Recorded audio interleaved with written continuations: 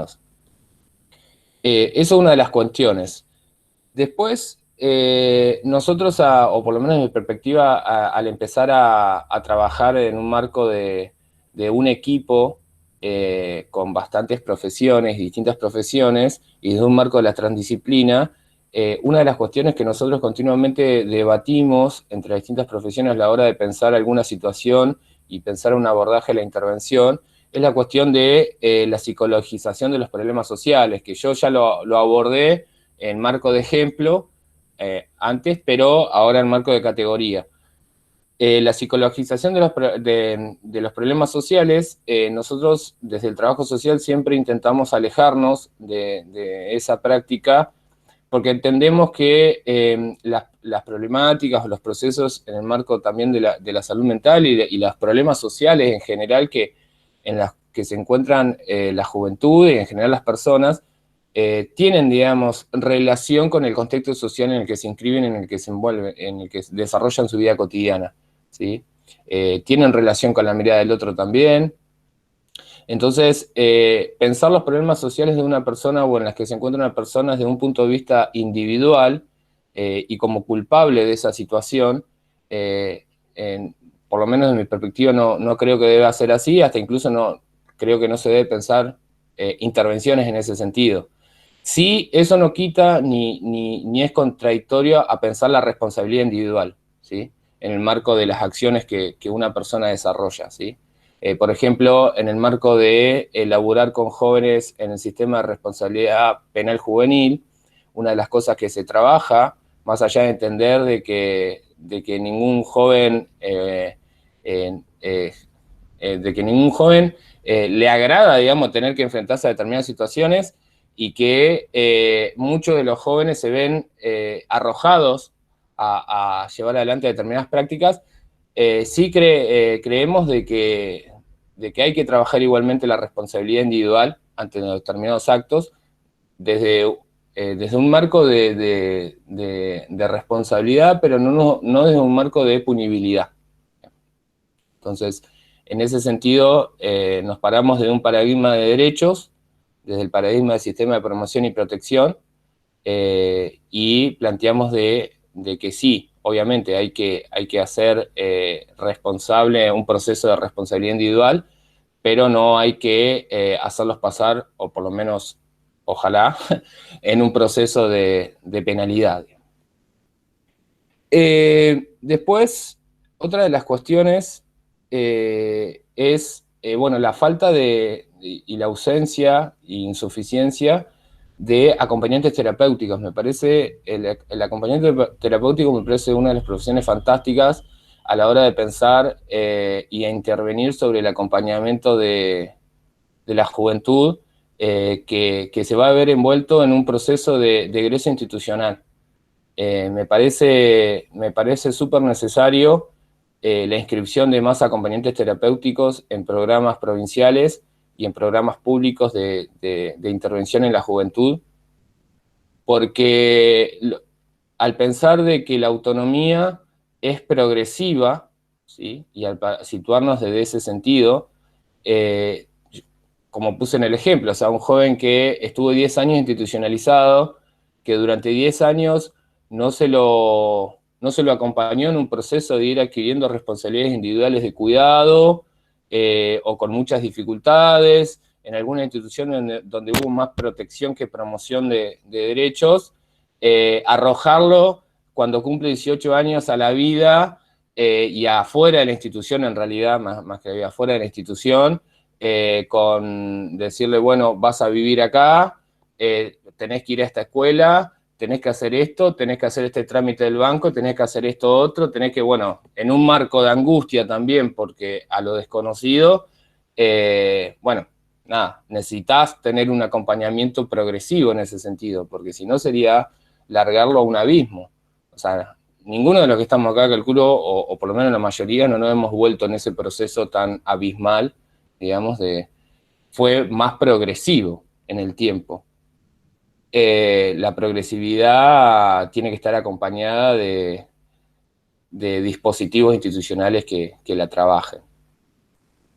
Bueno, en términos generales, ese es el trabajo que hacemos, el acompañamiento en los servicios institucionales, que hacemos de un marco de transdisciplina y que, bueno, entendiendo la salud mental como una integralidad y a los jóvenes como envueltos en un contexto social, inscriptos en un contexto social, en una realidad compleja, ¿sí?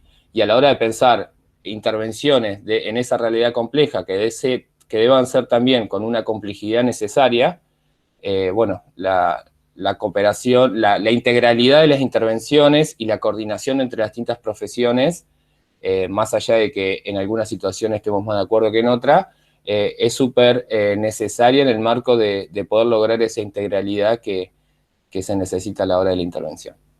Bueno, creo que en términos generales, por ahora, eso. No sé si hay algo más de última después con las preguntas. No, la verdad, genial. Me parece que tiraste un montón de disparadores como para poder hablar largo y tendido sobre eso.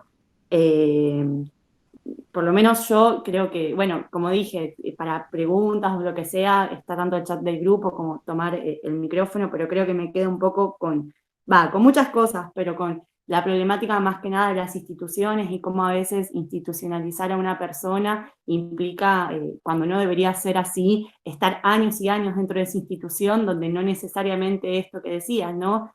Se promueve la autonomía de esa persona o que pueda ejercer tanto durante como después en el pleno ejercicio de sus derechos, sino que lo que se hace es como poner un stand-by para que cuando después esa institución ya no tenga esa dependencia en la persona porque cumple la mayoría de edad, para poner un ejemplo, se queda sin recursos para poder continuar, digamos, su vida. Eh, no, la verdad es que eso, me quedo con un montón de cosas que dijiste. Y bueno, y seguramente lo vamos a retomar después con algunas preguntas.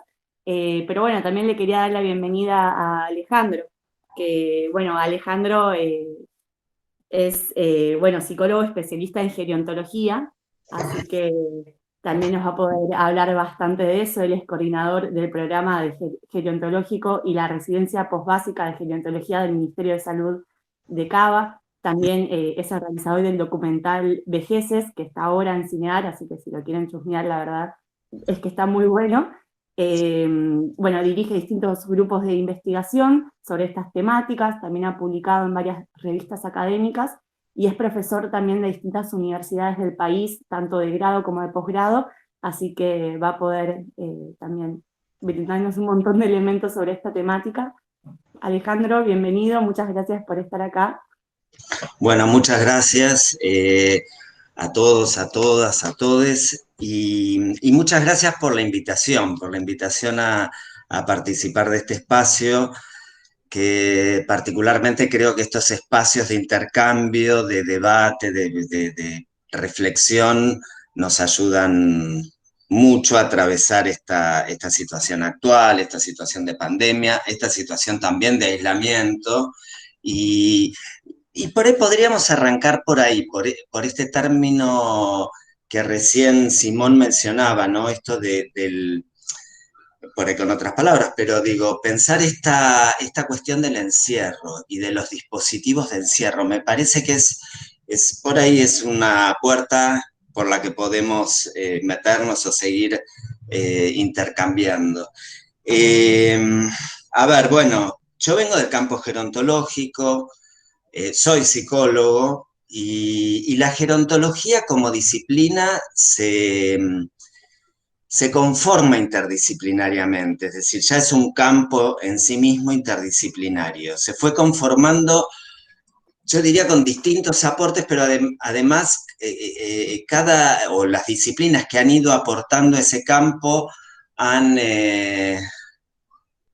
digamos, han brindado al campo distintas dimensiones, en distintas proporciones, en distintos momentos. A mí no se me ocurre el trabajo sin, o un abordaje integral sin, por ejemplo, un trabajador social, eh, sin un médico geriatra, también, a pesar de que lo biomédico es un tema que también podemos después pensar y reflexionar. Eh, así que bueno, tenemos un poco esa costumbre de pensar las cuestiones desde esa mirada compleja, desde esa cuestión de, por supuesto, respetando los abordajes pertinentes en cada disciplina, etcétera, etcétera, ¿no? Yo creo que además hay una cuestión que tenemos que traer y pensar en este momento, que es esta, a veces yo siento cierta supremacía o cierta tendencia al pensamiento binario, ¿no? Esto es blanco o es negro, y en el es blanco o es negro nos perdemos los matices y nos perdemos la complejidad y ya llevamos un 20% del siglo XXI y es necesario construir nuevas categorías para pensar lo social, para pensar la salud mental, para pensar la salud en términos integrales, porque la salud es una construcción, digo, es una construcción.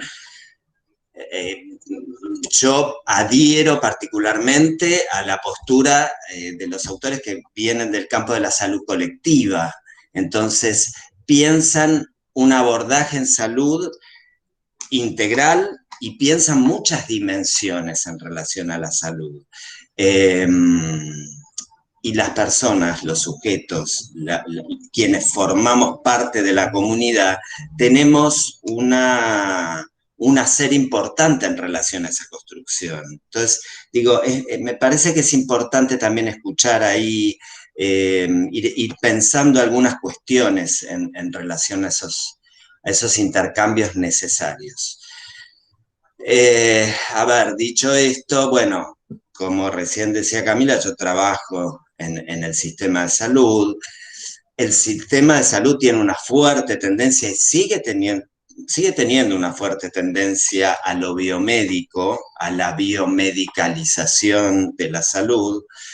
Eh, y en este sentido, bueno, nos toca una tarea un tanto desafiante, que es poder aportar una mirada que tenga que ver con la atención primaria de la salud, que tenga que ver con el trabajo preventivo, con la promoción y con algo que es, me parece, un desafío bastante profundo, que es democratizar el conocimiento. Democratizar el conocimiento en relación a los temas y a las cuestiones de salud. Porque me parece que ahí hay algo que se toca con algo que planteaba recién Simón, que es la autonomía. Digo, la autonomía también es una construcción ardua, larga, es un proceso, yo diría que no termina nunca, y me parece que va de la mano de esta idea de poder democratizar el conocimiento. Eh, a ver, vos recién hablabas también del documental. Bueno, yo voy medio mezclando todo y después vamos, venimos y ordenaremos un poco este relato. Pero bueno, el documental justamente tuvo en su germen y en su inicio esta idea de ir a buscar en otro campo, como el campo del cine, como el campo artístico, un aporte, una posibilidad de abordar ciertas categorías que a veces desde lo académico se complica un poco.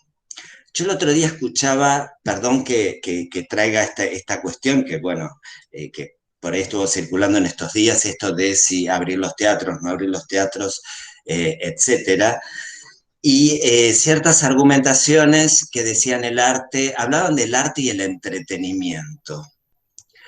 Y yo digo, el arte es mucho más que eso. El arte nos sacude, nos emociona, nos conmueve, a veces nos sopapea y nos muestra categorías que lo académico no nos muestra.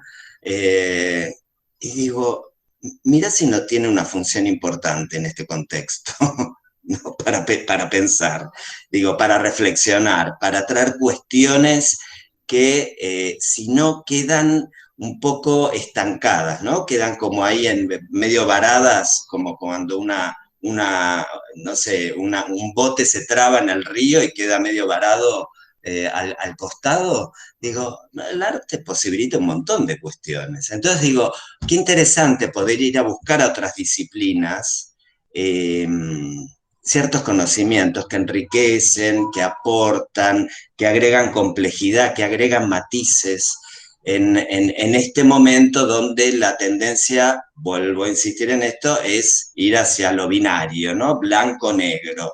Ah, no, entonces estás en contra de las... No, no, ni en contra ni a favor. Pensemos la complejidad que implica, ¿no? Eh, Particularmente en este contexto, yo vengo pensando que la cuestión del aislamiento me parece que es un buen ejercicio para pensar qué le pasa a un viejo cuando se lo ingresa a una residencia de larga estadía o comúnmente llamado geriátrico. Y pensaba en estos ejemplos que traía Simón y digo, bueno, ¿qué le pasa a un joven también cuando se lo ingresa en una institución? Eh, Digo, cuestiones para pensar, porque también me parece que ahí hay algo bastante paradigmático o bastante naturalizado de creer que encerrar es cuidar. Yo abro un signo de pregunta ahí, ¿no? Digo, por lo menos pensemos si encerrar es cuidar. O por qué cuidar siempre está ligado a hay que internarlo, hay que ponerlo en una residencia, hay que ponerlo en una institución. ¿A quién se cuida en ese caso? Digo, ¿quién es los que están adentro o los que están afuera? El año pasado me tocó experimentar, digamos, fuimos en un viaje de formación, fuimos a hacer un curso a Trieste, con la experiencia de las cooperativas. Yo debo decir que antes de llegar a Trieste y de ver la experiencia, no entendía muy bien de qué se trataba eso. Y después me quedé pensando, realmente no lo entendía porque estaba inundado con los paradigmas que son naturales en nuestra sociedad, en nuestro contexto más próximo. Entonces no entendía bien qué era esto de las cooperativas. Sí, bueno, había leído, me habían explicado que las cooperativas eran como intermediarias entre el Estado y la población. Nosotros íbamos a visitar y a tener contacto con algunas cooperativas vinculadas al campo de la salud mental. Y tuvimos contacto con cooperativas vinculadas al campo de la salud mental, vinculadas al campo gerontológico y vinculadas al tema de los migrantes. Y ahí aparecen los jóvenes, porque estuvimos en contacto con una cooperativa que trabaja con migrantes de hasta 18 años. Obviamente son inmigrantes ilegales que vienen de situaciones de violencia y abuso absoluto. Y de hecho los que llegan a esa situación, a esa posibilidad, son los que sobrevivieron. ¿Sí? Gente que, digo, hay chicos que vienen de el norte de África, chicos que vienen de Albania, de países de Europa, de lo que era Europa Oriental. Y realmente lo que uno ve ahí es cómo estas cooperativas trabajan fuertemente por la autonomía de los sujetos, ¿sí? Ya sean las vinculadas específicamente al campo de la salud mental, las que tienen que ver con, como decía recién, con los inmigrantes, y las que tienen que ver con la atención de personas mayores, atención domiciliaria de personas mayores, porque para ellos la posibilidad de lograr que esos sujetos trabajen y tengan una vivienda es como un objetivo básico. ¿Se entiende? Digo, entonces, es a partir de ahí que algo de, si se quiere, la cura, de la salud, de cierta situación saludable, se empieza a lograr. Es a partir de ahí. Entonces digo, si bien la idea es aportar y que pensemos cuestiones en relación al envejecimiento, digo, me parece que estas cuestiones, estas ideas, rigen y son válidas para cualquier edad. Porque digo, las personas mayores son personas en principio que llegan a una edad determinada, pero digo, también entran en esta idea de el curso de vida, de la construcción de la salud como un proceso, y como un proceso a lo largo del curso y del ciclo de la vida. Eh, Así que bueno, digo, estas son algunas cuestiones que se me ocurren como para empezar a pensar. Eh, y en este sentido, algo que también decía Simón, me parece que es interesante, él decía, bueno, el paradigma de derechos, pararnos en el paradigma de derechos. Nosotros trabajamos desde el programa, desde la residencia. La residencia, claro, es una residencia de formación, es una especialidad. ¿Sí? Digo, porque en el campo gerontológico hablas de residencia y viene un geriátrico a la cabeza en primer lugar. Pero digo, en estos espacios trabajamos fuertemente desde el paradigma de derechos. Nuestro país transformó en ley la Convención de Derechos para las Personas Mayores, promulgada por la ONU en el año 2015, se transformó en ley acá en el año 2017. Y esto digo, cuando algo se transforma en ley no es un dato menor, digo, porque empieza a ser un marco que habilita a que los derechos circulen de otra manera. Digo porque también un contexto social que trabaja los derechos, que promueve los derechos, permite otra construcción de identidades, digo, permite otra construcción de subjetividades. Entonces, no es un tema menor. Así que bueno, digo, me parece que por ahí va el planteo, lo que por lo menos quería decir en primera instancia. Y para mí lo interesante de estos espacios son las preguntas, los intercambios, la charla. Así que, bueno, si les parece, vamos ya por ese lado. Sí, totalmente, totalmente. Están abiertos los micrófonos si alguien quiere intervenir y desde ya en el chat del grupo también se pueden dejar algunas preguntas. Eh, yo tenía tal vez un poco de una inquietud, tal vez una pregunta con esto que vos traías, Alejandro, que me gustó mucho, un poco lo habíamos charlado antes, sobre el tema de pensar este momento de pandemia, de encierro, de aislamiento, que de repente todos vivimos con angustia, pensando, uy, ¿cuándo voy a poder hacer esto? A salir a aquel lugar, haciendo eso, y cómo eso se vuelve una cotidianeidad o normalizar eso para las personas que llegan a cierta edad, y decir, bueno, y no ponerse a pensar de esta persona, porque como bien decís, si es una persona con derechos, con inquietudes, con ganas de hacer muchas veces, eh, termina siendo recluida o aislada en un lugar y no se toma en consideración esto, ¿no? De las ganas de hacer, de que todavía esa persona puede llegar a tener y que todavía quiere seguir viviendo, disfrutando, experimentando o lo que sea, ¿no?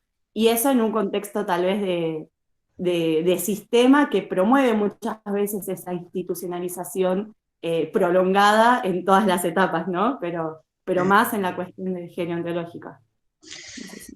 Sí, yo digo desde hace unos meses que, o propongo en todo caso, que nos pongamos, así como decimos el modo avión en el celular, digo, pongámonos en modo vejez y pensemos qué nos pasa a nosotros con el aislamiento. Entonces, un aislamiento que entendemos que es temporario, no sabemos hasta cuándo ni cómo, y pensemos que le pasa a una persona mayor cuando entra en un aislamiento y la salida de ahí, digámoslo, es la muerte. Entonces, digo, no es, pensemos qué pasa con esa angustia, ¿no? ¿Qué pasa con ese sujeto? ¿Qué pasa con esa subjetividad? Y con esto no quiero decir, bueno, cerremos todos los geriátricos, no, lo que quiero decir es revisemos el dispositivo, revisemos en qué casos, revisemos en qué situaciones.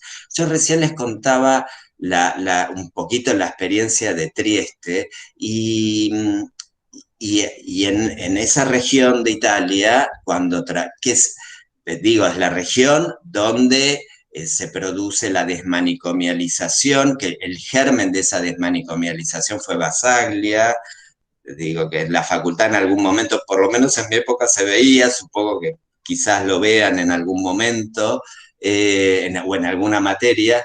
Él fue el director de ese neuropsiquiátrico en el año 75 más o menos, y, y entró a hacer lío, entró a hacer quilombo, digámoslo así. Entró a decir, bueno, a ver acá, que obviamente el contexto no lo acompañó, no le dio pelota, lo tomaron como un delirante, pero, y esto no lo pudo ver él lamentablemente, en el año 91 sale la ley de cooperativas, ¿sí? Y no me acuerdo exactamente el año, pero en algún momento se cierra el neuropsiquiátrico. Y esto no implicaba, y no implica de ninguna manera que el paciente psiquiátrico quede a la deriva, quede suelto, desprotegido. No, al contrario, se le incluye en un dispositivo, el dispositivo es móvil, el dispositivo lo acompaña, el dispositivo lo incluye,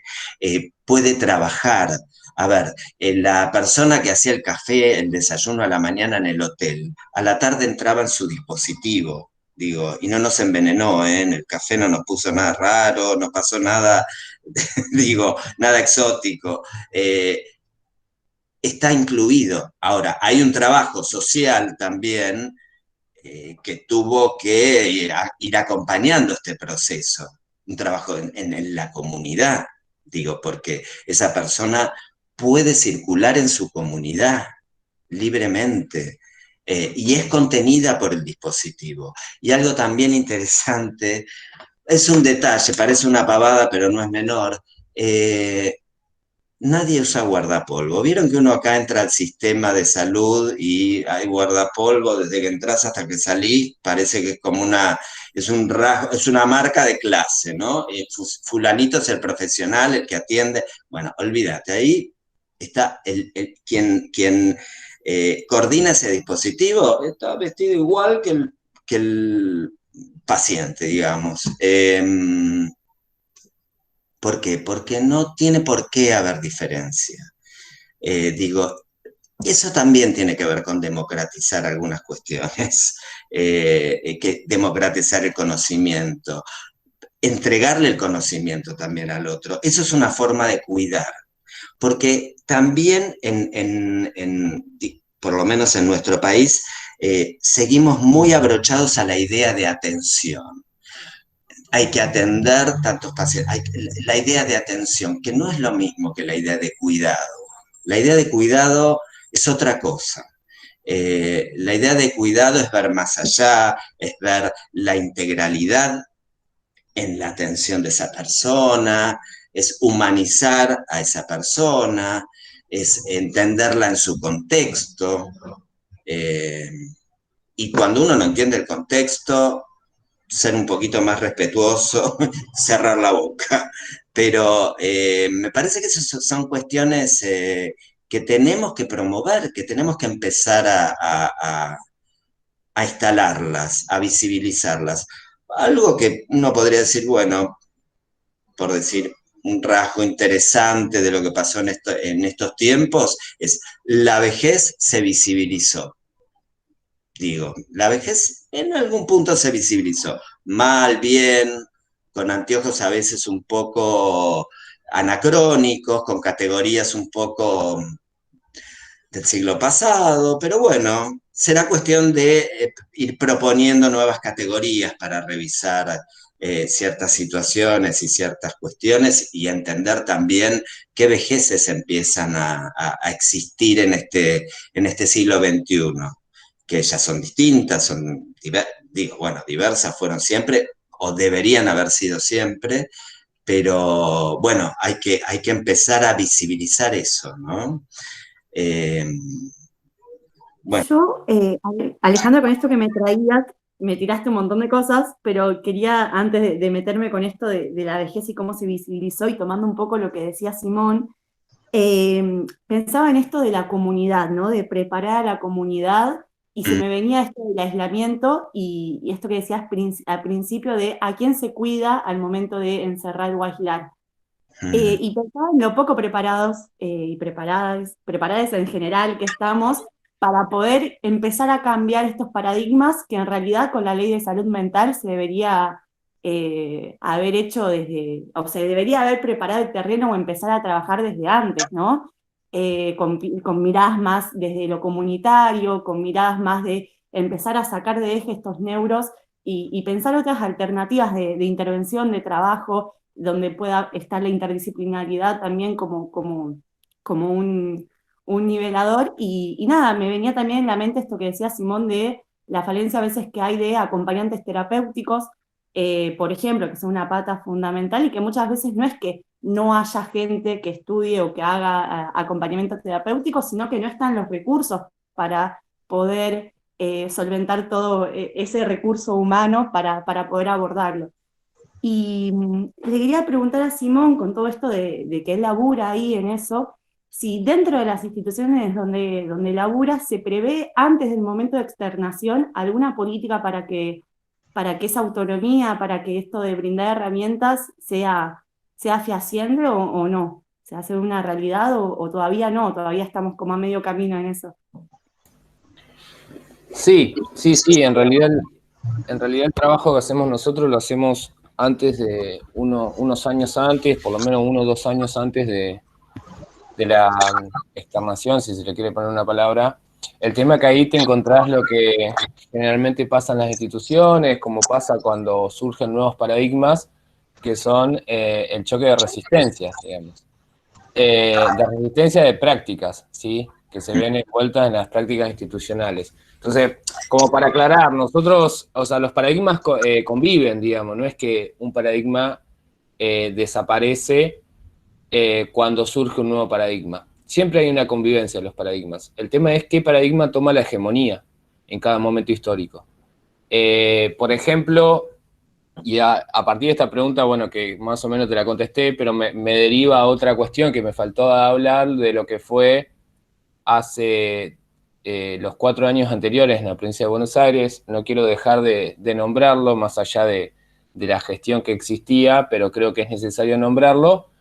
Hubo un proceso de institucionalización compulsiva en cuanto a la niñez y la adolescencia, y que se vio reflejado, bueno, también en el marco de la salud mental general, con los intentos de modificación de la ley de salud mental. También, digamos, hubo un objetivo en ese sentido de volver a fortalecer el paradigma de la institucionalización compulsiva, el paradigma del sistema de patronato, en lo que tiene que ver con niñez y adolescencia. Se cerraron programas de contención territorial de la niñez y adolescencia y que elaboraban en territorio el vínculo familiar con todo lo que implica e impacta en la salud mental de las niñeces y las adolescencias, la cuestión del vínculo familiar y la integración familiar.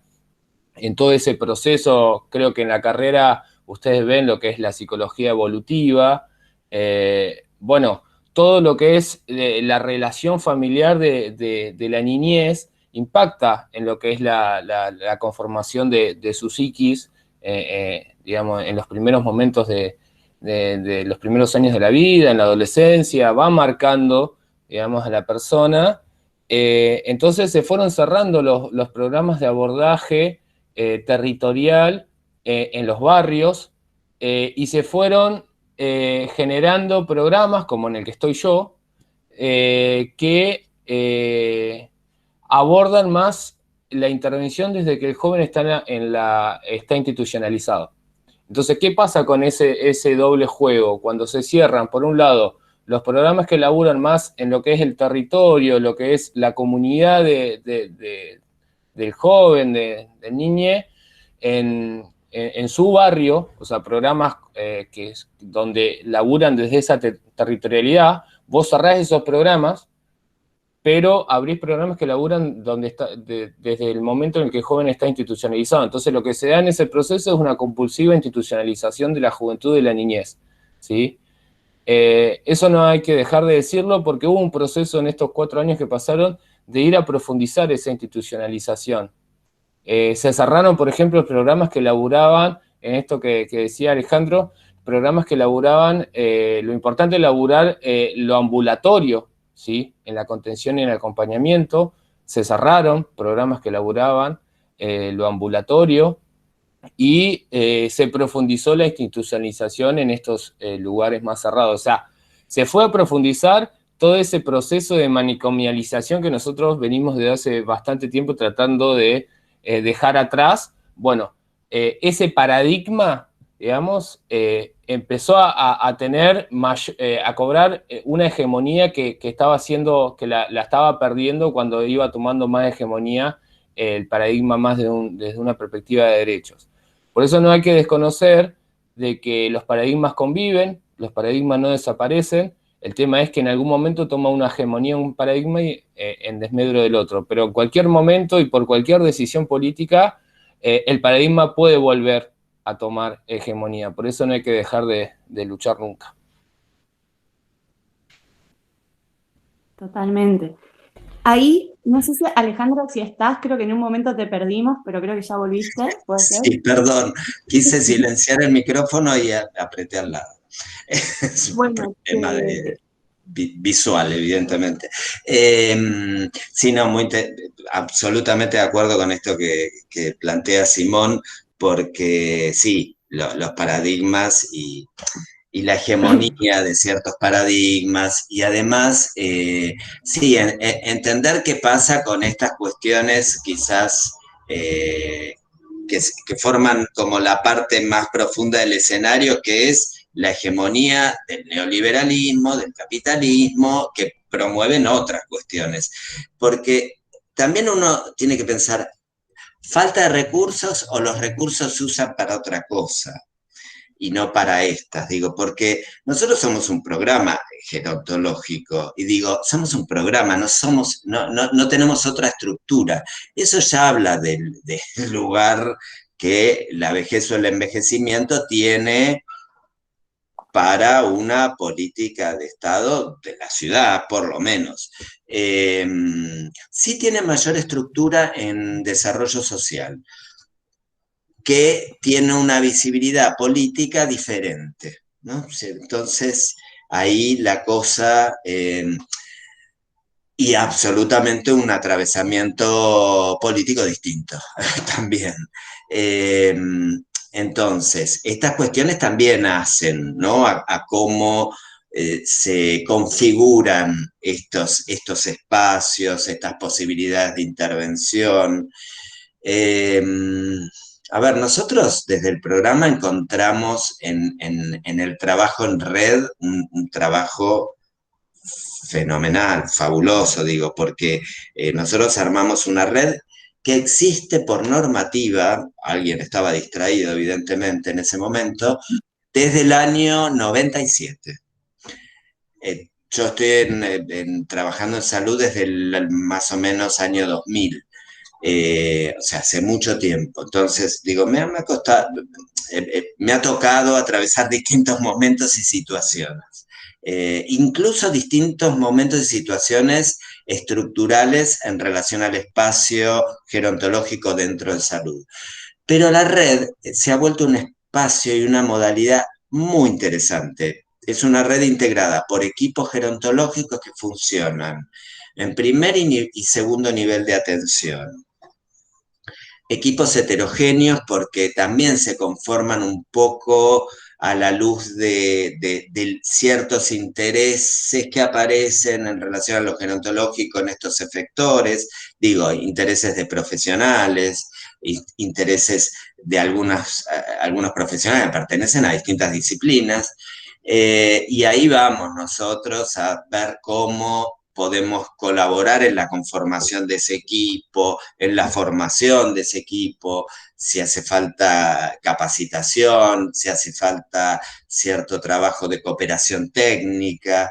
Y fue increíble el efecto que tuvo ese trabajo en red previo en este momento y en este contexto. Porque yo digo, todo lo previo colaboró enormemente en que esos equipos pudieran reconvertir ciertos dispositivos, trabajar de otra manera con las personas mayores, y no solo con las personas mayores, porque yo insisto, pero todo el tiempo en esto de trabajar el envejecimiento a lo largo del curso de vida. ¿Por qué? Porque la posibilidad de que ciertas cuestiones paradigmáticas se transformen a futuro es empezar a trabajarlas antes, anticipadamente. Y además, porque eso no invalida seguir trabajando con las personas mayores. Digo, puedo trabajar con las personas mayores, puedo trabajar con adultos de mediana edad, con gente joven, y empezar a abrir ahí ciertas miradas en relación a la vejez y a las vejeces.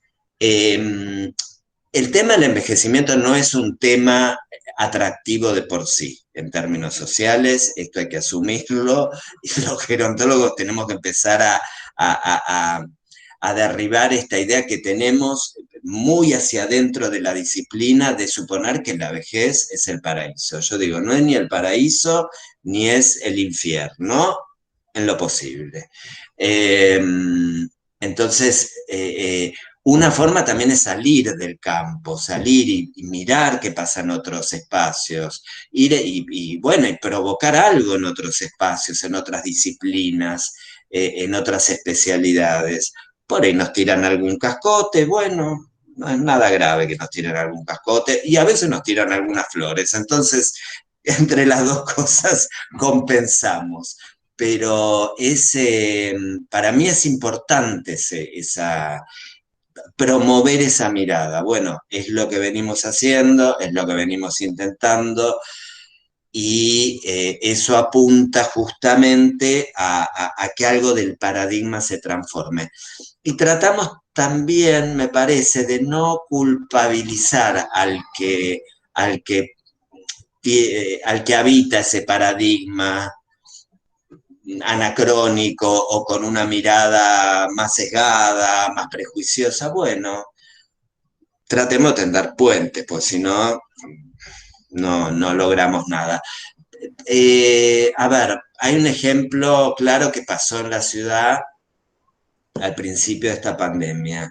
Se intentó poner como un sistema donde las personas mayores tenían que pedir permiso para salir a circular. No sé si lo recuerdan.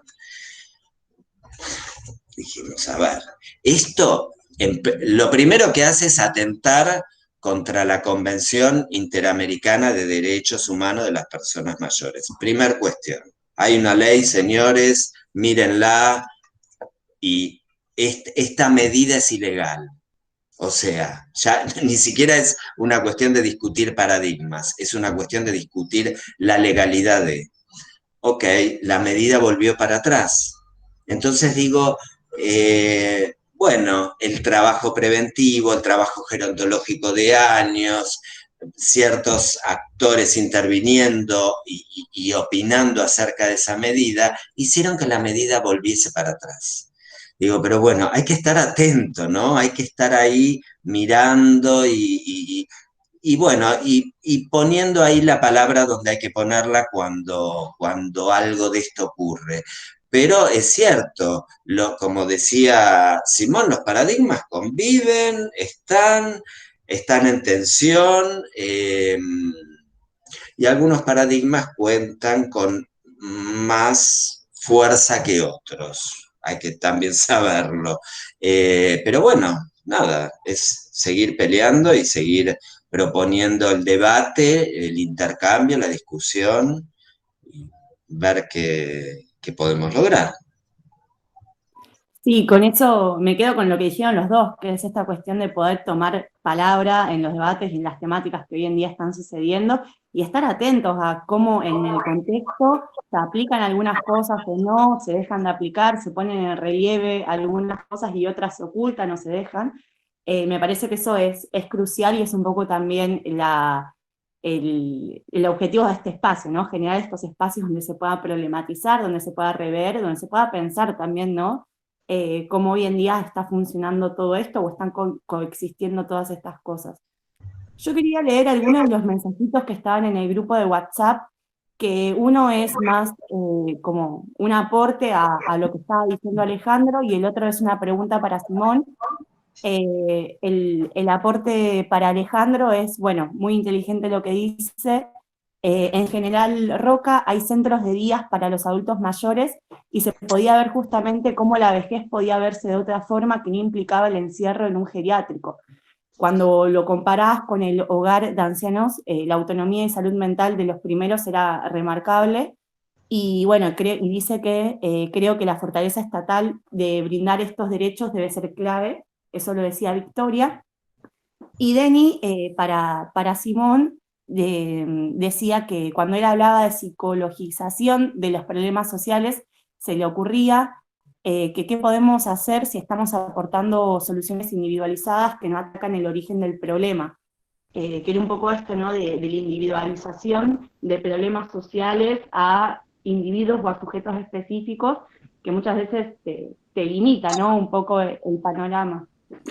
Sí, sí, sí. Yo lo de la psicologización de los problemas sociales lo planteo, obviamente entendiendo de que las personas se inscriben en una realidad que es compleja, digamos.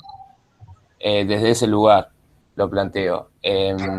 A mí me parece súper necesario, es más, nosotros que trabajamos interviniendo en varias problemáticas, necesitamos inscribirnos en espacios terapéuticos, es súper, además de ser súper sano, digamos, es súper necesario inscribirnos en eso para poder recibir un acompañamiento en ese proceso de desimplicación también que uno tiene que hacer.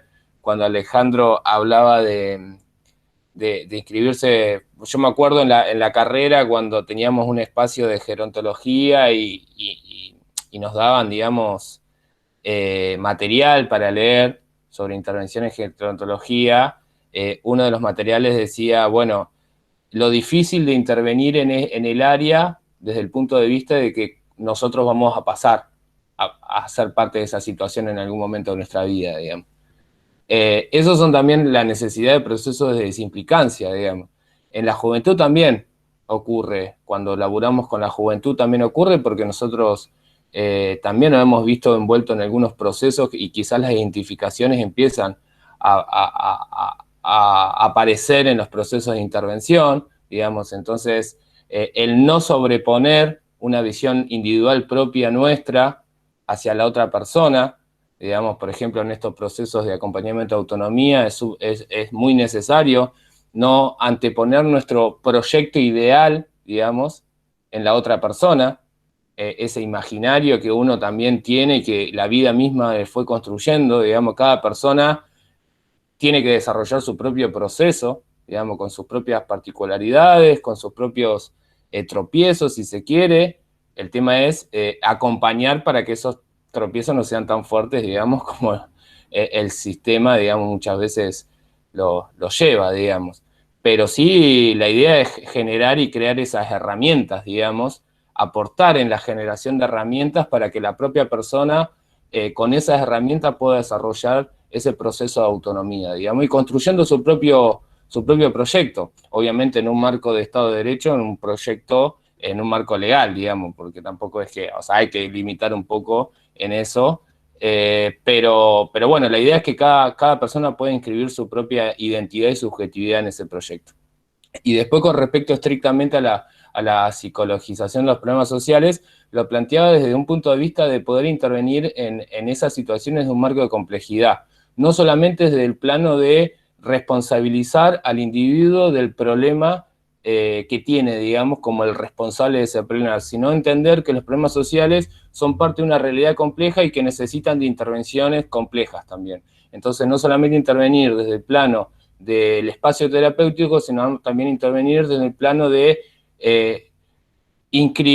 desarrollar un proceso de recuperación del ejercicio de los derechos, ya sean habitacionales, ya sean laborales, educativos, digamos, entender que para poder intervenir en una realidad compleja se necesita tener una intervención compleja también.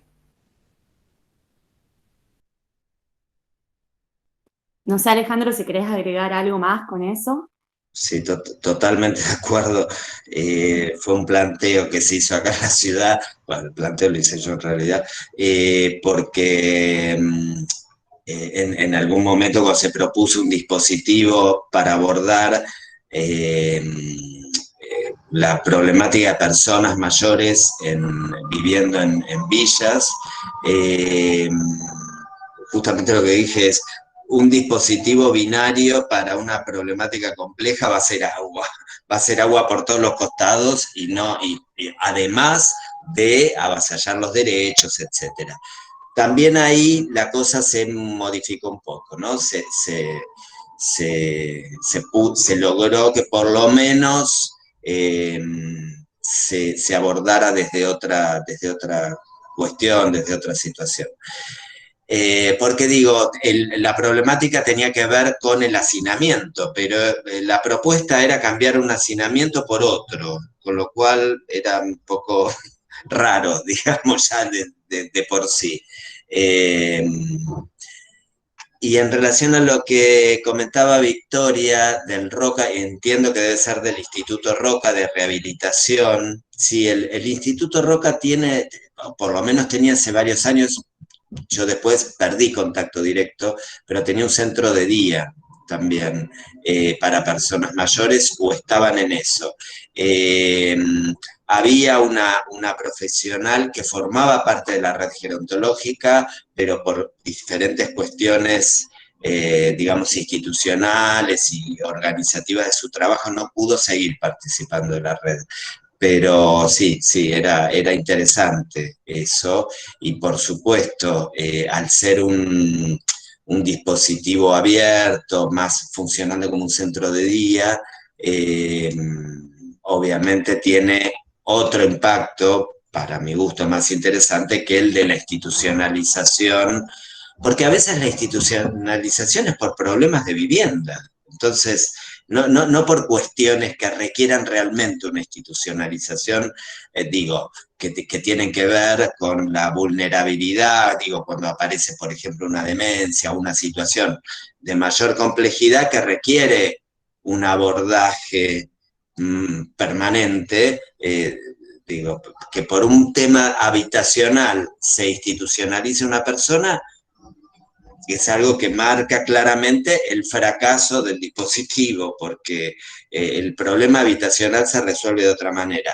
Pero volvemos a lo mismo, digo, a dónde se ponen los recursos, a qué se destinan, cómo se los piensa, etcétera, ¿no? Pero bueno, esto. Por ahí algo para agregar a lo que dice, discúlpame, a lo que dice Alejandro de los dispositivos, la importancia de pensar dispositivos que no sean dispositivos congelados, rígidos, y que puedan pensarse en su planificación situacional, digamos. Total, sí, totalmente. Yo, nada, me había quedado con, no sé si alguien más tiene alguna pregunta o consulta, o algún aporte o opinión, desde ya, recuerden, micrófonos abiertos y chat de la llamada. Pero yo me había quedado con todo esto, ¿no? De estas problematizaciones que estamos haciendo, si es posible, ¿no? Cuando hablamos, o por ejemplo Alejandro hablaba antes un poquito sobre pensar la complejidad y alternativas superadoras de estos binarismos que muchas veces están. Y bueno, y cómo este contexto de pandemia un poco puso o hizo temblar algunas instituciones porque les tembló también el contexto en donde se desarrollan y algunas cosas que salieron. Y por ejemplo, cómo salieron a la luz algunas cuestiones en la comunidad. Lo de las vejeces es uno, que ahí Alejandro lo traía. Me gustaría que hable un poco con esto, ¿no? Sobre qué tipos de vejeces salieron. Y algunas iniciativas incluso desde la comunidad, como fue, si conoces a una persona mayor y que necesita ir por bienes o hacer las compras, y bueno, más allá de que da cuenta de falta de contención en otros sentidos, de repente se empezó a hablar de un poco de intervención o de incluir a la comunidad a la hora de la atención, o más que la atención, el cuidado de distintas problemáticas. No, Sí, a ver, bueno, claramente, bueno, no sé si claramente, pero por lo menos en ámbitos gerontológicos se puso sobre la mesa el tema de las residencias de larga estadía. Digo, todo lo que surgió en relación a cómo se organizan, a cómo se conforman. Es un territorio, además, de las residencias de larga estadía, es un gris, es un territorio, viste, que está un poco en las sombras porque no es una prestación, o sea, sí, el Estado lo brinda desde algunas residencias, a las que es muy difícil la derivación, es muy engorrosa, a veces lleva mucho tiempo, esto tiene efectos obviamente negativos en la salud de esas personas mayores que están para ser derivadas, pero además el funcionamiento, el recurso humano que se destina a las residencias, que es un campo cooptado fundamentalmente por la inversión privada que busca el negocio ahí. Entonces, a veces el negocio se lleva mal con las buenas prestaciones o con ciertas prácticas más coherentes con la construcción de salud, con la construcción de autonomía.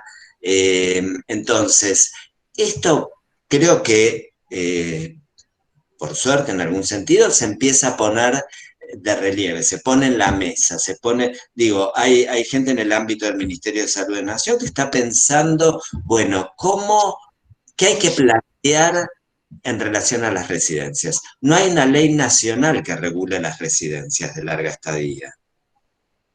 En la ciudad hay una que se modificó, que tuvo una modificatoria que la volvió para atrás, un poco esto que decía Simón, de cuando a veces hay ciertos logros en algún momento y después la cosa vuelve medio que a un estado anterior.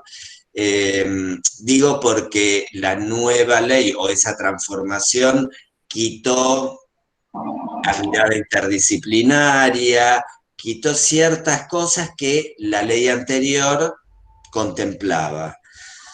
Entonces, bueno, digo, es esto de volver a poner de relieve el tema, volver a revisarlo. Es interesante que pueda haber una ley nacional, porque siempre una ley nacional es la que marca la cancha, más que la ley local. Entonces, bueno, a ver si por ahí encontramos algún cambio o alguna cuestión paradigmática que nos represente un poco más, que trabaje un poco más la salud desde otro punto de vista. Pero ahí está la cosa, digo, bueno, estamos en proceso, estamos en bueno, todo el tiempo estamos en proceso, pero en ese proceso de revisión, de mirar y ver qué pasa. Y pensaba también, bueno, qué pasó con la ley de salud mental, ¿no? Que ya tiene muchos años, eh, y que no está reglamentada, y eso creo que es un problema, es un inconveniente, porque la reglamentación le da digo, consolida ciertas cuestiones que si no quedan más a libre interpretación, ¿no? A libre interpretación del que gestiona, del que tiene, digo, un lugar de poder en relación a la gestión de las instituciones. Bueno, me parece que son cuestiones para debatir, para seguir pensando, para visibilizarlas, para ponerlas sobre la mesa.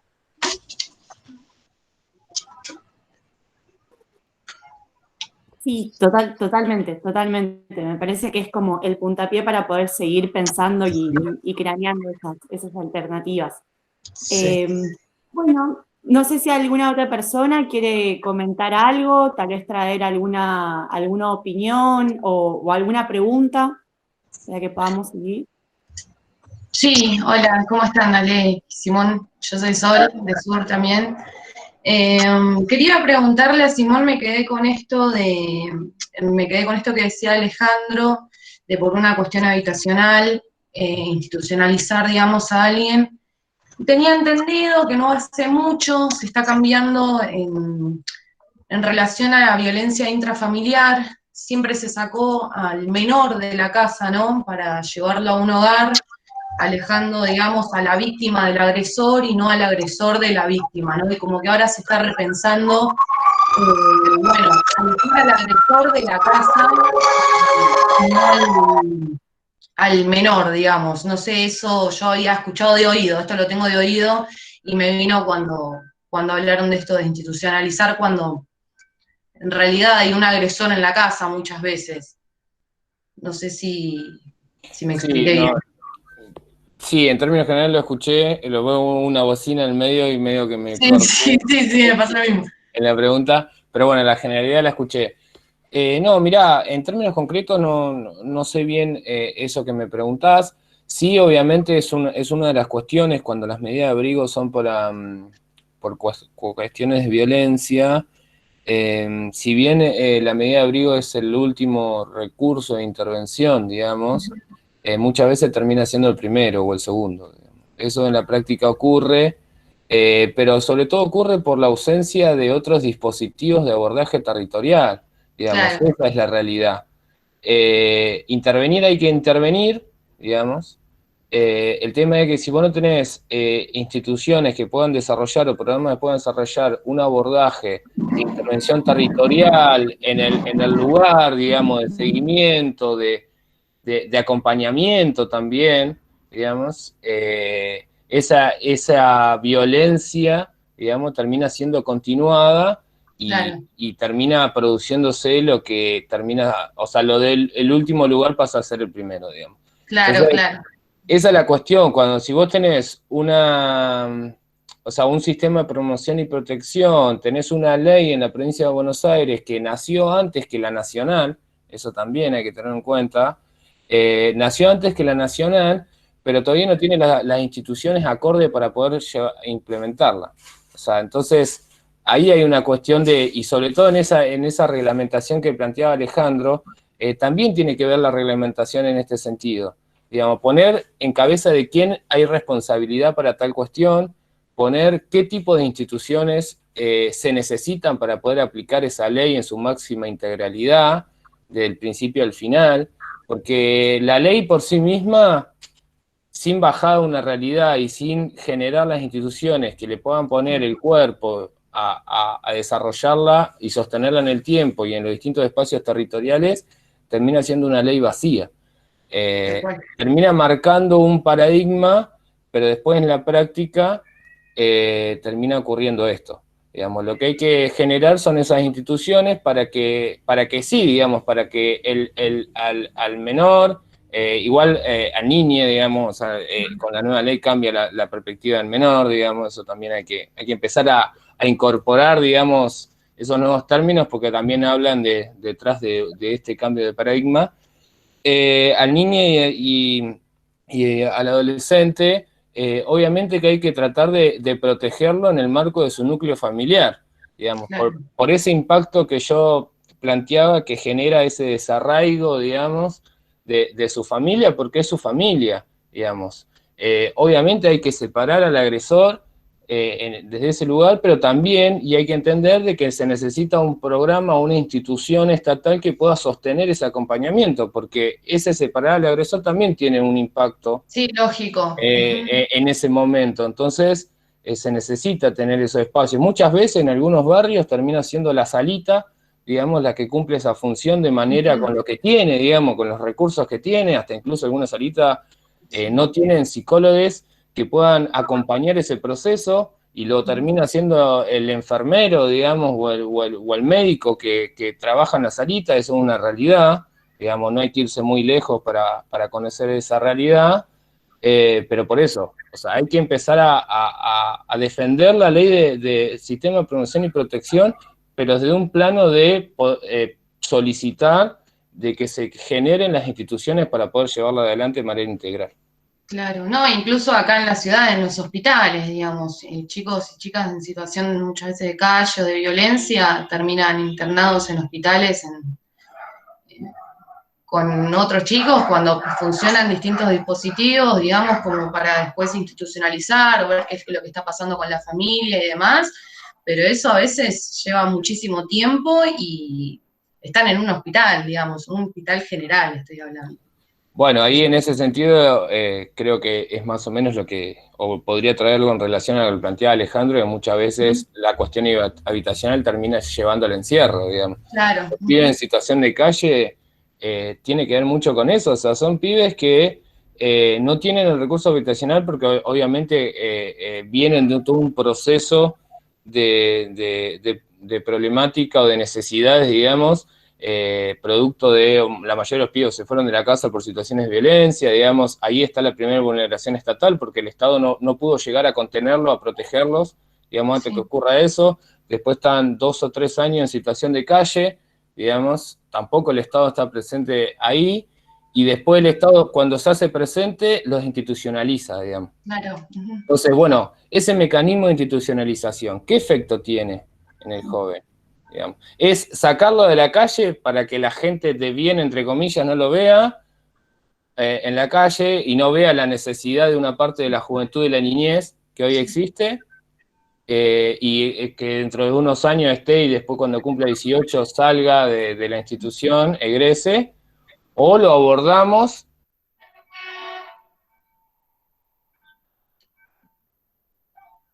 Uy, se frenó, yo no lo escucho. Se trabó, ¿no? Sí, yo no lo escucho.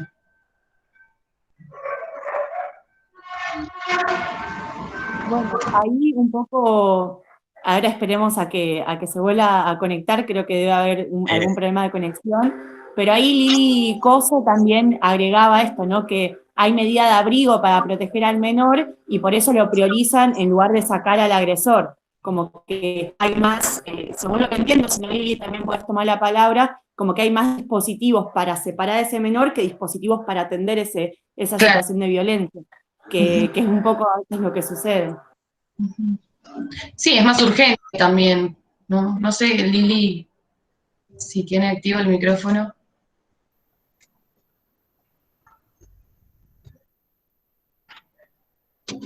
Ahí se fue Simón. Ahí seguro se vuelve a conectar. Sí. Vos, Alejandro, no sé si tenías algo más para comentar.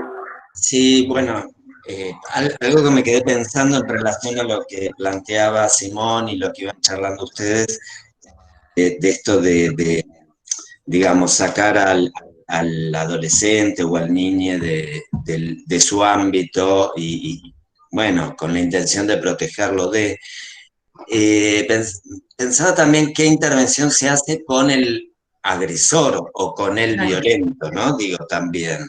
Y me llevó a pensar alguna cuestión que surge a veces en el campo gerontológico y generalmente en las salas de internación de geriatría, que aparece la cuestión a veces un tanto presurosa de decir, bueno, este paciente no tiene familia continente, y el profesional se enoja ya de movida con la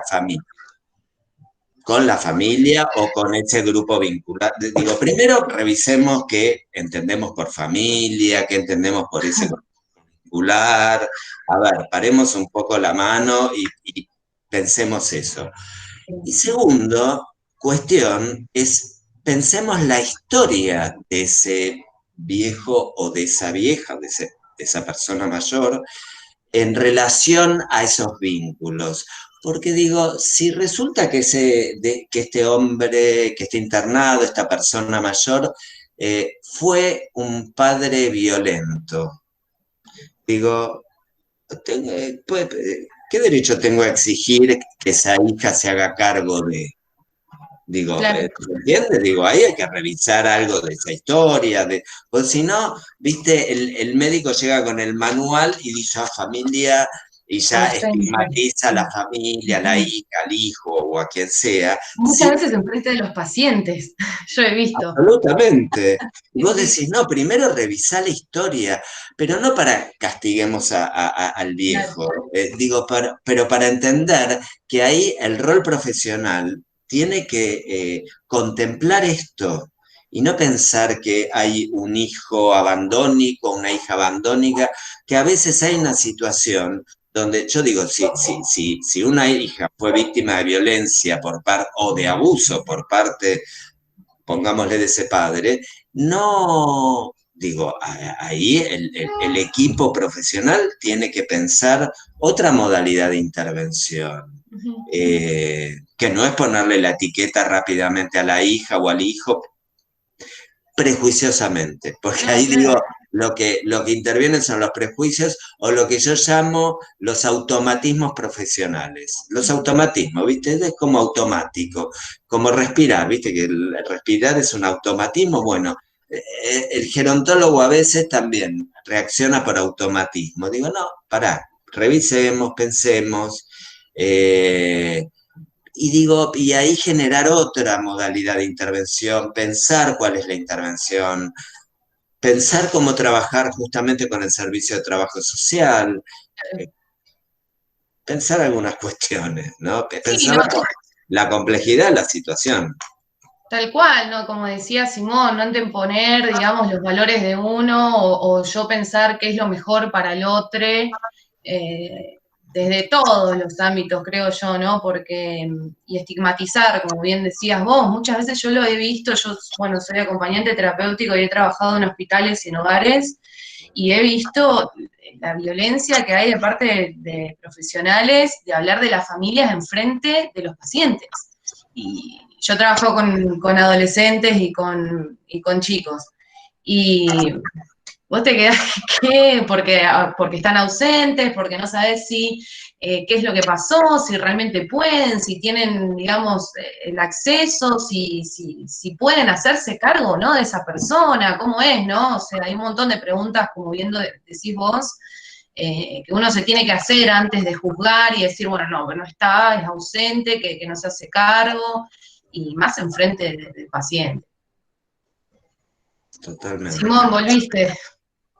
Sí, discúlpenme, lo que pasa es que la computadora me sacó en internet y tuve que reiniciar y volver. Sí, en esto lo que, mira, no sabía que eras AT. En esto de que de cuando se empieza la juventud en situación de calle, que era lo que me había faltado decir, Sí, es cuando entra en la intervención y entra a jugar lo penal, digamos, y lo sí. peligroso que es eso. Por eso, en cuanto a la situación de los pibes, nosotros hay una reconfiguración de la categoría que viene hace un tiempito, que es dejar de hablar de pibes en situación de calle y hablar de chicos del pueblo. Chicos del pueblo. Y en ese sentido, detrás de ese término está la cuestión de no pensar desde la intervención desde lo penal o tratar de resistir a la intervención desde lo penal y pensar la intervención desde la promoción y la protección de derechos, digamos, porque ese chico del pueblo que hoy se encuentra con esa vulnerabilidad integral y sobre todo habitacional, se encuentra en situación a partir de una invisibilización que generó el propio Estado y una vulneración que generó el propio Estado, no poder llegar a contenerlo y protegerlo en su momento, y después, bueno, se genera esa intervención. O puede ser el Estado cuando comienza a intervenir, puede ser cuando lo visibiliza, y muchas veces de la mirada del otro, lo visibiliza, muchas veces se visibiliza a partir de una denuncia, entonces empieza a intervenir desde lo penal, o empieza a intervenir desde el encierro en una institución de cuidado formal. Entonces, bueno, hay que pensar y discutir, bueno, cómo se debe intervenir en esas situaciones, desde qué lugar, digamos, y entender cuál es la complejidad de esa situación y por qué el joven se encuentra en esa situación. Sí, sí, tal cual. De hecho, bueno, yo con lo que he trabajado, que es bueno esto de chicos del pueblo, no lo había escuchado. Sí, nosotros los términos que usamos, vulnerabilidad social, o situación de calle, o violencia familiar, o abuso. Eh, También intentos de suicidio. Pero, digamos, el dispositivo, por lo menos con lo que yo trabajaba, una persona que se denuncia a un menor que está los derechos vulnerabilizados en la calle o en alguna situación puntual, terminan yendo al hospital con consigna policial muchas veces. La realidad es que despiertan en un hospital, encerrados, no pueden salir, no los dejan salir del hospital. De repente tienen un policía al lado que muchas veces los esposan para que no puedan salir porque el oficial tiene la responsabilidad, la única responsabilidad es que no puedan salir del hospital, digamos. Eh, y se encuentran con esa situación, ¿no? Están ahí. Y eso se da en un contexto de hospital general, en pediatría, con otros niños enfermos. Yo trabajé, bueno, un año, un poco más de un año con chicas, con chicos ahí, y la realidad que se vive es esa, y muchas veces no están preparados, incluso los mismos dispositivos entre ellos, digamos, no concuerdan con un montón de cosas, se contradicen, así, no solo eso, sino que también se privan de educación porque están en el hospital encerrados y no tienen acceso a un montón de cosas, chicos de su edad, digo, pasan un montón de cosas, que es la primera instancia antes de ir a un hogar. Es que muchas veces, y esto que algo planteaba Alejandro también, el tema de pensar la complejidad también tiene que tener su correlato a no caer en la fragmentación de las intervenciones, digamos, porque muchas veces la intervención desde un plano fragmentario termina generando más un perjuicio, digamos, que porque, o sea, los pibes, por ejemplo, los chicos del pueblo, al tener una necesidad, sobre todo habitacional, además de otras, digamos, porque si lo pensamos en la complejidad, se lo termina sacando del lugar, digamos, pero bueno, los chicos también, o se los termina llevando a un hogar, digamos, cuando el pibe hace 3, 4 años se mantuvo en la calle y aprendió a vivir en la calle, digamos. Porque eso también es un proceso, digamos, aprender a vivir en la calle, aprender nuevos códigos de convivencia. Entonces, a la primera de cambio en el hogar se lo termina expulsando Sí. por esa misma realidad, digamos, por esos nuevos códigos que uno aprende a vivir en la calle, por esa nueva forma de vivir. Entonces, ¿cuál termina siendo la intervención o qué efecto en realidad termina teniendo la intervención estatal en ese sentido?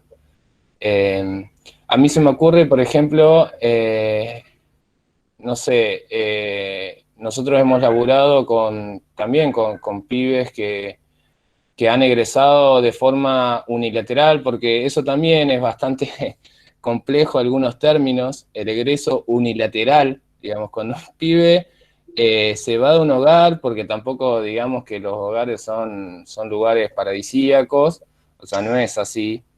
Claro. Depende de la realidad de cada hogar también, pero hay pibes que se terminan yendo porque ya no aguantan más esa situación, digamos, de institucionalización, y se terminan yendo sin un acompañamiento estatal y terminan quedando en situación de calle, o sea, en 1 o 2 meses terminan quedando en situación de calle y terminan quedando afuera del hospital, durmiendo en el hospital, digamos. O sea, Sí. nosotros hemos laburado y acompañado pibes que están en esa situación y es sumamente complejo porque en su momento no estuvieron las instituciones para contenerlo, acompañarlo y después tampoco. Entonces es muy fácil que intervenga desde ahí y sobre todo a la noche la parte penal. Claro. Eh, Ahí, ahí también Lili Coso comentaba ahí por el chat del grupo que, bueno, esto, que lo alejan del ámbito familiar para ver de qué forma abordar el problema con el agresor en ese caso, y muchas veces los niños golpeados o abusados no pueden volver a su hogar hasta que tengan mayoría de edad. Y bueno, también comenta que está con un poquito de problemas con internet y por eso no puede intervenir así personalmente, como para sumar un poco a las intervenciones que están diciendo. A mí también un poco con lo que hablaban de esta cuestión de las decisiones unilateralmente de egreso, se me venía también a la cabeza las decisiones tal vez de ingreso unilaterales, pero no por parte de la persona o el sujeto, sino ya sea por esto, por consigna policial en caso del menor, o incluso a veces por la familia en caso del adulto mayor en la institución, ¿no? Y qué sucede con ese sujeto que termina en ese contexto de aislamiento o de encierro cuando no es, digamos, su propia decisión, ¿no? Sino que está como impulsado o empujado, ya sea por el abordaje que tiene a nivel institucional o el Estado para abordar esa problemática, o ya sea por la familia o lo que sea del adulto mayor que también impulsa ese ingreso a la institución. Claro, yo cuando hablaba de egreso unilateral y lo complejo y preocupante y riesgoso del término, es hacia dónde se pone la responsabilidad. Si a la acción del joven que no soporta esa situación o permanecer en esa institución, se pone ahí la responsabilidad y el análisis, o se lo pone en el dispositivo, digamos, que ya evidentemente no funciona, es un dispositivo congelado, no contiene, digamos, y muchas veces tiene prácticas de un paradigma que bueno, que ya estamos conviviendo por el esfuerzo de muchas personas que se pusieron al hombro la tarea de empezar a cambiar el paradigma hacia un paradigma de derechos en otro paradigma. Entonces, ¿qué es lo que hay que evaluar ahí? ¿El joven por qué se fue del hogar o cuál es la función hoy en día del hogar y evaluar el dispositivo? Digamos, porque es bastante, en la práctica, hay pocas situaciones donde realmente se evalúa el dispositivo. Sí, muchas veces también pasa de que se cierran las puertas, ¿no? De los hogares una vez que el chico se las toma, por así decirlo, se hace una denuncia por parte del hogar y muchas veces se le cierra la puerta a ese chico o chica porque el hogar no quiere cargar con la responsabilidad de alguien que, que digamos, se escapa del hogar, por así decirlo, se va del hogar, como que está esa idea, yo lo he visto muchísimas veces, de chicas y chicos que se van y no los vuelven a tomar ahí, no quieren saber nada, porque eso conlleva mucho peso a nivel legal, o bueno, lo que sea, digamos, a nivel burocrático que puedan llegar a sufrir la institución, pero eso pasa mucho. Se les cierran las puertas, no pueden entrar.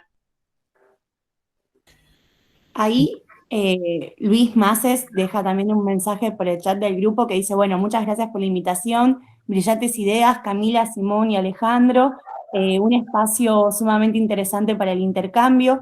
Sin dudas el tema es muy complejo, sería muy interesante pensar en construir sistemas completos a largo plazo desde las niñeces y juventudes a las vejeces y tener acceso a quienes decidan las políticas y su reflejo financiero para que se implementen en el tiempo, ¿no? Sin desestimar el análisis del caso en particular. Fragmentar no resuelve, emparcha. Y bueno, nos desea éxitos a todos. Creo que eso es fundamental, ¿no? Ahí lo que traía Luis, que poder pensar no solamente las juventudes y las niñeces y las vejeces por separado, sino, bueno, cómo es todo ese camino o ese proceso, ¿no? en el ciclo vital, y también cuáles son las políticas y los recursos que se asignan al abordaje de las distintas temáticas en eso, que me parece que eso también está bueno pensarlo, ¿no? Como la continuidad en el ciclo, ¿no? No sé si ahí tienen algo más que agregar o alguien más quiere hacer una pregunta, un aporte.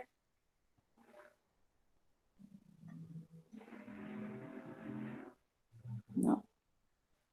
No, bueno, una de las cosas que por ahí yo le quería preguntar a Alejandro, me voy a poner en rol de preguntar también, porque la verdad el espacio y el campo gerontológico siempre me llamó la atención, digamos, desde el plano obviamente desde el trabajo social, Y lo que yo veía, por ejemplo, en las prácticas, yo las prácticas del último año las hice en IOMA, con lo complejo que es eso. Y bueno, participé, por ejemplo, de una auditoría que hace la obra social, digamos, a un geriátrico, con todo lo que fue eso, digamos, participar de ese espacio.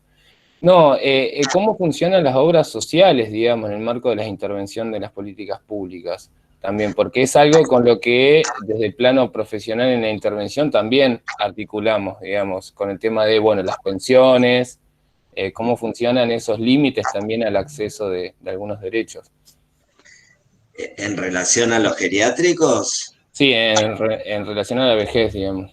Bueno, ahí está esto que yo planteaba antes de la zona gris, así medio indefinida, porque hay una cuestión, incluso hablo de aquellos casos donde es necesario el ingreso a una residencia por problemas de salud, por enfermedades crónicas, por una serie de cuestiones que requieren atención 24 horas. Digo, por ejemplo, una persona con una demencia, con un trastorno en la deglución, con un trastorno en la marcha, ya estoy nombrando 3 cosas, pero con cualquiera de esas 3 ya requiere un ingreso al menos en cuanto a los dispositivos que existen y lo que hay disponible, digo, digo, sí, sería genial que esa persona pueda seguir viviendo en su lugar o en su residencia habitual, si es que la tiene, si es que tiene una casa, pero para eso habría que brindarle un dispositivo en su hogar para que pueda seguir desarrollando su vida. Digo, necesita sí o sí un cuidado 24 horas. Bueno, esa modalidad no existe, digo, porque cualquier sistema de salud, a lo sumo, o no cualquiera, algunos sistemas le brindan una atención domiciliaria que es mucho más acotada a ciertas prácticas más biomédicas, con lo cual no le sirve.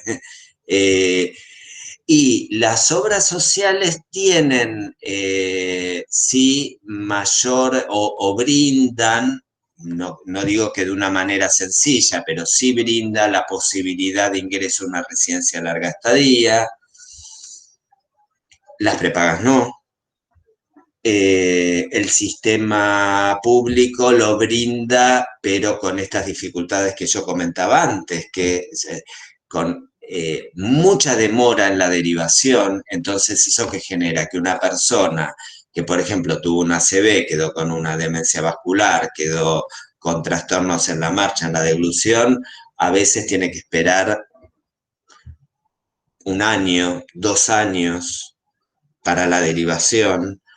Entonces, que se quedan en la cama de un hospital, que ya no está para estar en la cama de un hospital. Entonces, bueno, imagínense todos los efectos secundarios y iatrogénicos que todo eso genera. Digo, porque se queda viviendo en un hospital, que no es la idea. Entonces, todavía estas cuestiones tienen dificultades. Y hay una dificultad que para mí es una de las dificultades de base, y es que el PMO, que es el Plan Médico Obligatorio, que es lo que establece que cualquier sistema de salud tiene que brindar obligatoriamente como prestación, no contempla estas cuestiones del campo gerontológico, ni siquiera las del campo geriátrico. Entonces, cuando se consigue por ejemplo, se consigue que una prepaga se haga cargo del costo de una residencia, es a través de un amparo que tiene que ver con un juicio. O sea, hay que judicializar el caso, hay que judicializar la situación. Es la única manera. Y eso se hace, bueno, consiguiendo el certificado de discapacidad y demás. Pero entonces hay que, a esa persona, digamos, hay que ponerle, lo voy a decir un poco así, pero para que se entienda, la etiqueta de discapacitado para que pueda acceder a esa prestación. Entonces, bueno, también es engorroso y también lo hace aquel que sabe que tiene ese derecho, porque el que desconoce ese derecho, o sea, son los casos donde la gente vende todo para poder pagarle ese geriátrico cuando tienen algo que vender, además, o los hijos o las familias se endeuda porque el costo de un geriátrico es, digo, el piso, lo más bajo, es mucha plata, o sea que no es de accesibilidad para todos y todas, no, es altamente restringido. Y además, un juicio y una medida cautelar no sale, como dice la ley, en 48 horas o en 72 horas. Tarda meses. Entonces, digo, ¿se entiende? Tiene una complejidad y toda una cuestión que es muy difícil, es muy Solventar los compleja. gastos del abogado también. ¿Cómo? Solventar los gastos del abogado o de la abogada también para poder hacer el juicio, o sea, también una serie de... Todo eso entra en esa cuestión. Nosotros tenemos además en nuestro país esta característica de que el sistema de salud tiene 3 subsistemas y acá, hace ya muchos años, el sistema privado se metió, el sistema privado entiende a la salud como un negocio, no como un derecho, y esto es así. Digo, esto hay que saber que es así. Entonces, bueno, tenemos una complejidad en este sentido importante. Digo porque en muchos países, y incluso en los países centrales, los sistemas de salud son exclusivamente públicos, ¿sí? Y esto ya marca, digo, tendrán otras problemáticas, digo, no, las sociedades perfectas no existen, pero esto ya marca una relación entre la salud y los sujetos diferente, ¿sí? Por lo menos no establece estas categorías que establecen hasta ciertas categorías de clase en relación a la accesibilidad a la salud. Digo, cuando hablamos de 3 subsistemas, ya estamos hablando de 3 formas diferentes de acceder a lo que yo considero un derecho, pero digo, para algunos de estos subsistemas no es un derecho, es un negocio. Entonces, se complica la cosa. Y entramos en esta suerte de tensiones, para llamarlo con elegancia, entre paradigmas de las que hablaba antes Simón, ¿no? Donde, bueno, conviven distintas visiones acerca de la cuestión de la salud.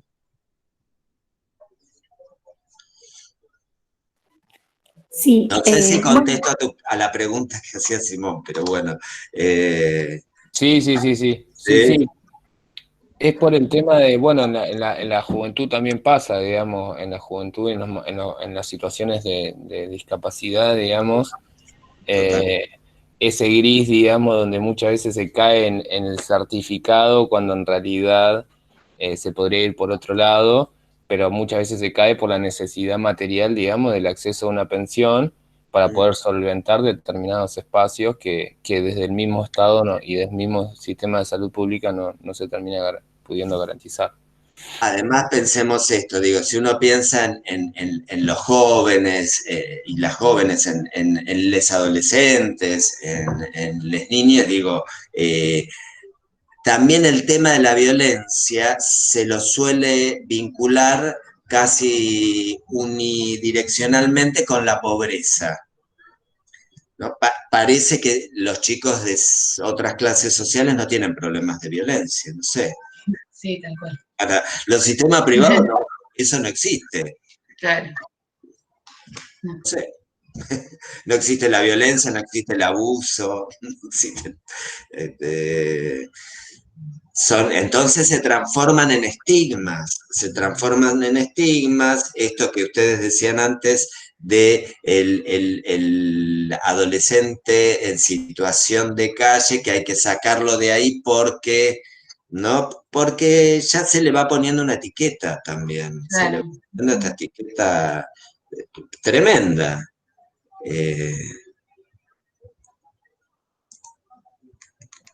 Sí, totalmente, totalmente. Las cargas negativas con las que muchas veces se etiqueta a las personas, que tienen que ver con esto, ¿no? Con esos idearios o esos imaginarios que hay sobre ciertas categorías y sobre los prejuicios que rondan sobre eso, y que condicionan tanto el abordaje de la institución como muchas veces el abordaje desde los mismos profesionales, ¿no?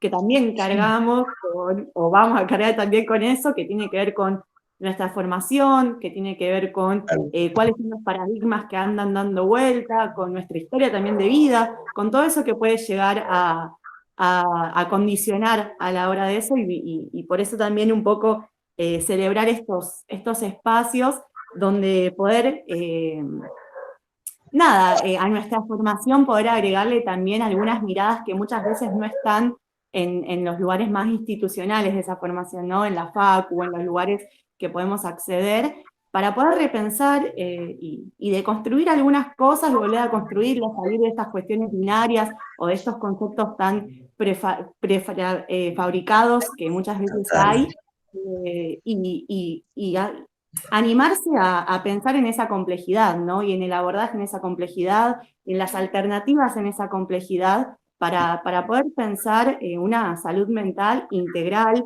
que vaya por la interdisciplina, que se le reconozca, digamos, incluso a otras disciplinas los abordajes, y que esa suma haga algo mejor a la hora de construir esa autonomía o ayudar a construir esa autonomía en los sujetos y en el sistema en general, ¿no?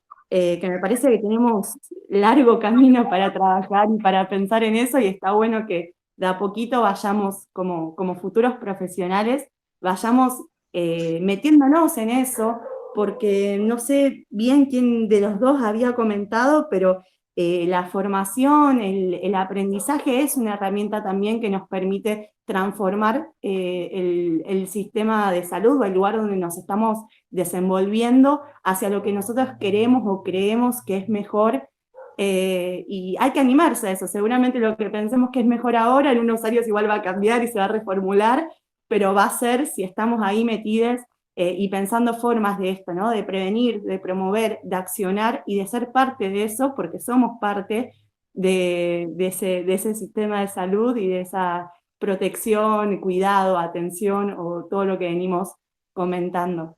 No sé si alguien tiene alguna pregunta, algún aporte más a este espacio, a este encuentro. No sé, Simón, Alejandro.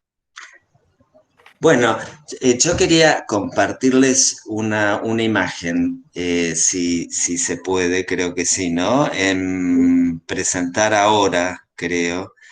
A ver, vamos a la imagen, que a veces habla más que uno la imagen.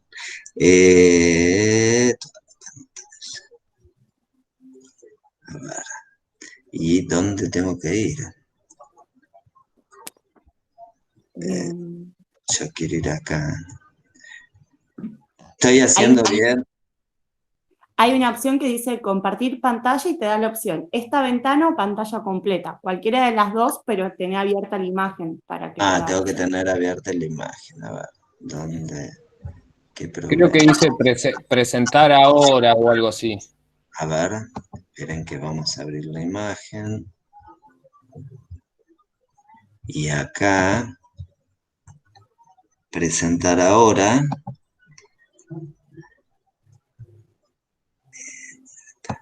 Vamos a poner la ventana. Y vamos ahí a ver si. Ahí vamos. Ahí está. Bueno, esta imagen es del ex neuropsiquiátrico de Gorizia que hoy comentaba, y me parece muy interesante porque la frase que figura, ¿se llega a ver? Sí, se ve perfecto. Sí. Dice, la libertad es terapéutica. Y yo traía el ejemplo de Gorizia y de Trieste, más que nada para revisar nuestra propia situación. A mí me gusta mucho mirar nuestra propia realidad, obviamente, pero también estas otras realidades permiten pensar nuevas categorías, pensar distintas formas de abordaje y volver a mirar para acá, ¿no? Volver a mirar hacia nuestro país. Pero me pareció interesante porque, digo, me parece que es una frase que sintetiza mucho. Y a mí las frases que tienen tanto contenido me parecen interesantes. Y que esto esté en el ex neuropsiquiátrico que ahora se transformó desde ya hace muchos años digamos, ahí funcionan los distintos pabellones, funcionan distintas cooperativas de todo tipo, desde gastronómicas hasta empresas textiles o cooperativas ligadas a... Todas tienen el atravesamiento del trabajo sobre la salud mental, ¿sí? Eh, pero digo, nada, quería un poco si se quiere ir cerrando la charla, traer esta frase porque me parece que tiene que ser un norte, pensar que la libertad es terapéutica, la autonomía es terapéutica. Así que bueno, esto. Ahora esperen que dejar de compartir. Me encanta, sí, sí, me quedo con esa frase que es buena, ¿no? Esto, ¿no? La autonomía, la libertad es terapéutica y está bueno pensar eso, ¿no? En cómo es la construcción de eso. Así que nada, si nadie más tiene algo que aportar o que preguntar, ya para ir cerrando, bueno, más que nada agradecer tanto la presencia de Alejandro y de Simón, estamos como muy felices de poder contar con su presencia, fue muy interesante todas las cosas que pudimos ver y que pudimos empezar a compartir, y bueno, a todos también todos y todas que participaron. Comentarles que esto, que está siendo grabada la reunión, así que si queremos volver a reverlo, lo van a poder hacer, después lo vamos a publicar en nuestras redes, eh, tanto en Buenos Aires, o sea, en Cava, como en La Plata. Y bueno, también invitarlos a las siguientes reuniones del Espacio de Acción por la Salud Mental. Vamos a tener el sábado que viene una reunión un poco más práctica, donde tal vez incluso poder pensar alguna intervención con esto de que se cierra octubre, que es el mes de la salud mental, o que se considera el mes de la salud mental. Así que nada, invitarlos e invitarlas a que puedan participar. Seguramente los vamos a estar o hablando, contactando. Y bueno, nada, eso, agradecerles a todos y a todas. Tal cual, muchas gracias. Muchas gracias. Gracias a ustedes por la invitación y quería recordar de que si podía pasar un aviso de que el jueves que viene a las 6 de la tarde, creo si no mal recuerdo, a las 5 de la tarde, el jueves que viene a las 5 de la tarde vamos a estar haciendo una charla con también los compañeros y compañeras de psicología, de Sur Psicología en La Plata, con Yago Dinela, que es un psicólogo social, digamos, que laburó bastante lo que tiene que ver el abordaje desde una perspectiva psicosocial ante emergencias y desastres, y que también está trabajando bastante lo que tiene que ver con la salud mental y la pandemia. Así que bueno, todos invitados también, calculo que seguramente desde Sur Psicología van a estar difundiendo la invitación. Bueno, muchas gracias a ustedes por la invitación, y para mí es muy alentador escuchar y que circule esta idea de dispositivos plantados desde otro paradigma, desde otras intervenciones, desde otras modalidades de intervención, y que esto forme parte de la formación, valga la redundancia, y de la formación en la carrera, ¿no? Que se abran estos espacios para pensar, ¿no? Y para pensar formas de dispositivos más novedosas y más interesantes, para mi gusto. Así que bueno, muchas gracias. Bueno, y un gusto haber compartido esta instancia con vos, Alejandro, y bueno, ya seguramente nos estaremos cruzando en algún otro lugar.